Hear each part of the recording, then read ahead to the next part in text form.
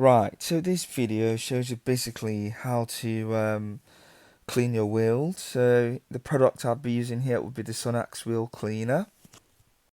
So I'll spray it around the wheels. Usually I wouldn't want the Sonax to get on the disc rotor or the disc brake, the disc pads or the caliper assembly. But because I haven't cleaned this in a very long time, I haven't deep cleaned it. I really didn't mind, the um, Sonax cleaner getting on, the disc, the brake disc, and different components that make up the wheel. So once sprayed, I'll leave it for about 2 to 3 minutes, or so maximum 4 minutes. Then, as soon as the solvent, the cleanup turns purple, starts turning dark purple, I'd rinse it off. And if I am not happy with the desired results, I'd probably brush or wash, the wheel off, rinse it, spray the Sonax cleaner onto the wheel, and after 2 to 3 or 4 minutes, rinse it off. Yeah, and if you look at the brake disc, once you've rinsed it off, you might find out that the disc turns somewhat brown, so it would have the corrosive rust look as opposed to the shiny silver look that you see in there. But not to worry, it's pretty normal. So basically, what I'm saying is any discoloration, on the rotor structure, will disappear. There is no effect on the rotor structure. In other words, braking is abrasive. Any damage or discoloration to the top layer will be removed after 1 second of braking. So I've pretty much used a bucket to rinse the tire, just in case you're watching from a different part of the world and you haven't got access to a pressure washer. You can use your bucket to rinse off the wheel cleaner. But you can also deploy the use of a pressure washer, which I'll be showing you subsequently or shortly in the video. And you can pretty much see that despite the application of the Sonax, it's not eradicated or taken off a lot of the dirt. So I'll deploy the use of a barrel wheel brush, which I find to be very effective because it sort of like takes the shape of the wheel when you're brushing through, as opposed to just other types of brushes that remain in a static position. So I'll show you what I mean here. So literally, I would feed car wash liquid with a sponge onto the wheel at first. Then as soon as it turns soapy or foamy, work the wheel barrel brush through the rims, through the calipers, the brake disc, or the drum, and just give it like a thorough clean. I'll show you what I mean in a minute or two.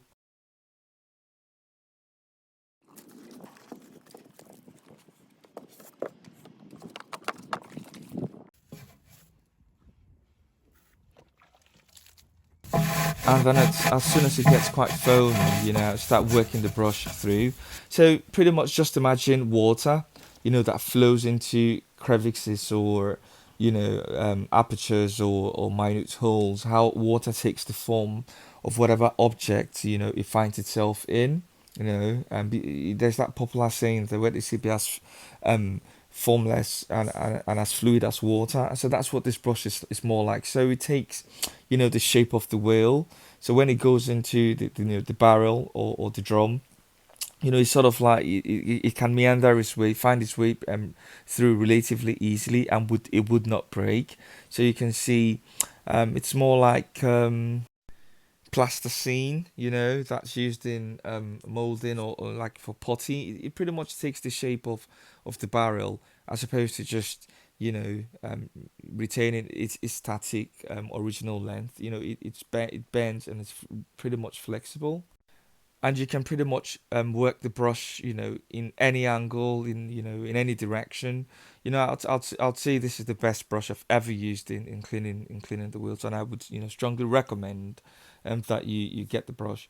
If you're doing a pretty much deep clean, you might see a decrease in the bristles, but that's pretty fine. It will you know, it will serve you. It's got longevity, and you can see I haven't washed this wheel in ages, and you can see all the grime, the dirt, you know, the grit and whatnot that's been stuck on the wheel for decades, or you know, for like forever. And you know, it's all coming off, and so I'm pretty much happy with you know, the outcome or the result.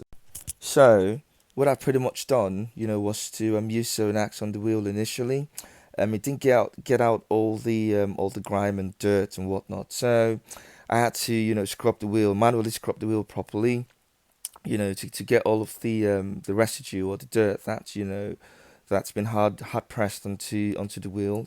Most rims are made up of a metallic alloy, which can easily be affected by brake dust. And brake dust is comprised of carbon fibers that rub off the brake pad.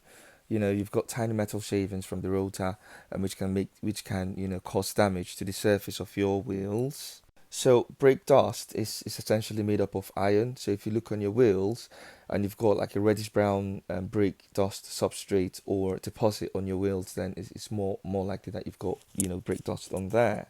And you might be thinking, where does the iron come from? It comes from your brake disc, you know, or the brake rotor as some call it, you know, and that's mainly comprised of iron. You know, the dust appears when the brake pads make contact with the brake rotor, you know, causing erosion. You know, most automotive brake pads comprise of a semi-metallic compound consisting of steel fiber mixed with other additives. So should you be worried when you see brake dust? You know, you don't. It's no cause for alarm. You know, your brakes aren't dying or wearing out. You know, in the absolute sense, when you see brake dust, you know, unless you see a significant decrease in your braking performance or if it deteriorates. So I've almost run out of the Sonax wheel clean solution. So you might want to get a bigger bottle. You know, this is 500 ml. You know, I'm pretty much just cleaning my spare wheel here. You know, I've never, you know, really given it like a proper clean. It just pretty much stays in the boot. So, like I said previously, it's always a good idea to ensure you know that your brakes are in good working condition. You know, and if they're not, you know, speak to your local car garage. You know, you might want to get some aftermarket braking kits. You know, to mitigate the problem of brake dust occurring. And just simple things like taking your car for regular car washes could significantly help, you know, prevent brake dust from spoiling your alloys. So, you know, keep them clean, go for regular car washes, and you should be good. So, you know, I might not get all the dirt off, you know, because, you know, I've pretty much run out of the Sonax, but you get the idea. It helps you get a lot of grime and dirt, and you can see it's way better than what it was looking like, you know, before. So I might have to get some more Sonax, you know, but you can see the wheel is, you know, squeaky clean, streak free, and, you know, it looks good, way better than before. You know, but essentially I managed to get, you know, the cleaning product on all four tires. This is just my spare. So what I'm gonna do, you know, from here afterwards is to wash the whole car and also give the rims, you know, a good wash, you know, with the snow foam and the pressure washer.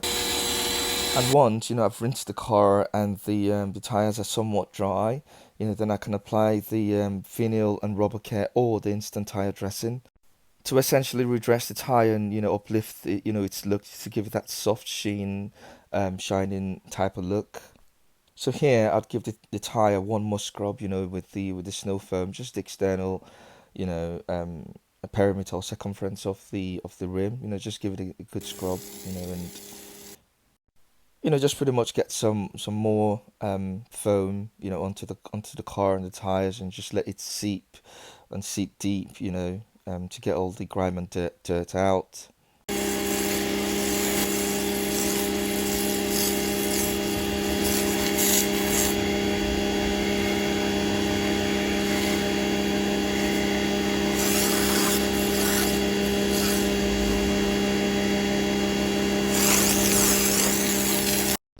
You know, then from here onwards, just give it a good rinse. You know, just rinse the tire, rinse the whole car.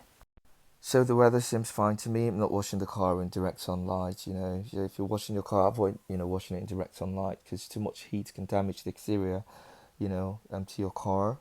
So I'm not really worried about, you know, the direct sunlight damaging the vehicle's paint job, you know, and you know, drying out the soap quickly and leaving, you know, unsightly spots and streaks. If you have to, just make sure that you're rinsing off, you know, as quickly as possible. Okay. So once I've given it a good rinse, the next step would be to apply the instant tire dressing or the vinyl and rubber care with a microfiber cloth. As soon as the tires start to dry out a little bit, okay? So you can use either of them products to dress, or care for your tire rubber. So why do we need the care and the dressing? After washing your car, the tire's got this soft sheen look to it, somewhat soft sheen look. Then afterwards, when it starts to dry, it looks dull and drab, and it looks like it needs like a facelift, which is what we've got here. So I'll get the vinyl care or the tire dressing. Either of them is fine. And sort of like use the microfiber cloth as a barrier, to prevent, the care, the vinyl care or rubber care from getting onto the rims. It's pretty simple. Just spray as much as you want, till the solution turns milky. Don't worry about the milky look. When it dries off, it's going to be brilliant, soft sheen, a brilliant soft sheen look. Don't worry about it. Really, just let it, do its thing, let it dry off, and this is what you've got. And when you look at the disc rotor, the disc rotor looks like it's got some discoloration there. Some brownish, dark, gold, rusty discoloration. But not to worry. As soon as you start driving off, all of that will turn out to be fine. Suffice to say, it will regain its, shiny silver coloration. And that's about it really. If you found the information in this video useful, don't forget to subscribe, like and share, helps the channel grow. And hopefully catch up with you soon as I have got more upcoming videos. Goodbye, see you later, bye.